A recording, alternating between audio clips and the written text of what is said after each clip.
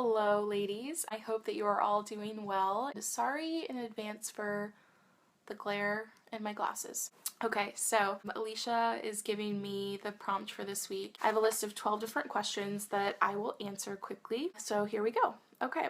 Number 1, what do you order at Starbucks? Peppermint mocha. I prefer to buy coffee from local places if I can, but I do enjoy the occasional Starbucks treat. Number 2, what's one thing in your closet you can't live without? Cardigans, dresses, skirts. Number 3, what's one thing that most people wouldn't know about you?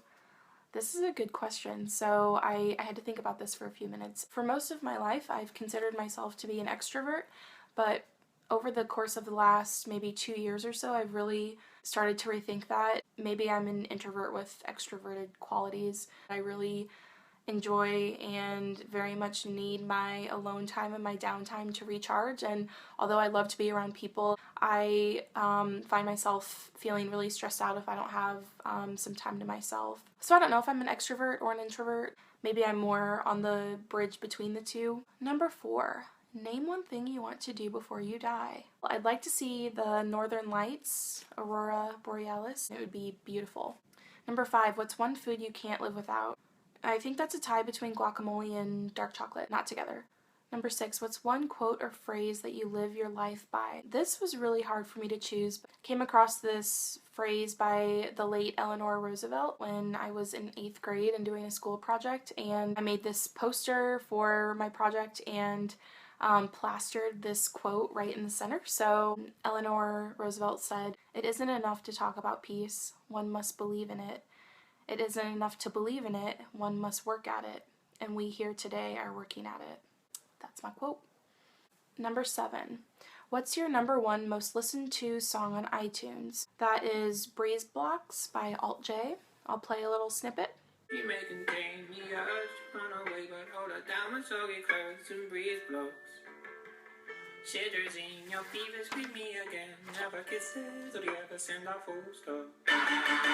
Do you know where the robins go? Okay, number 8, moving on. What kind of style would you define yourself as having? I don't really know how to answer that question, but I think that depends on the day of the week. Number 9, favorite number, 37, long story. Number 10, what are 2 hobbies that you have?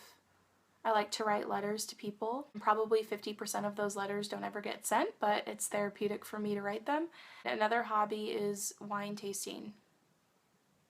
11, 2 pet peeves that you have. So something that really bothers me, and I'm sometimes guilty of it too, I really hate it when I'm out with friends and people are constantly checking their phones. It's like, why did we even go out together in the first place? Also, it bothers me when drivers aren't courteous, and this is something that's really small and nitpicky, but you know, like when you're driving, maybe somebody to your left throws on a right signal light and you let that person over.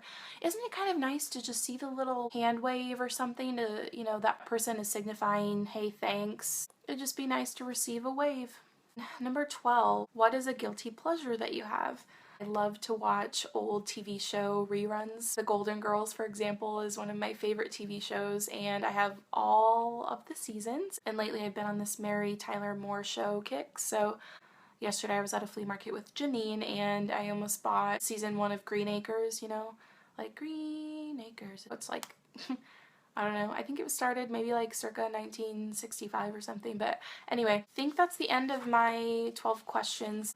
I love you and miss you. Hopefully we will all get to reconnect soon. I really loved these questions and their variety, so I'm excited to see what all of your questions are too. Look forward to watching your videos. Bye, loves.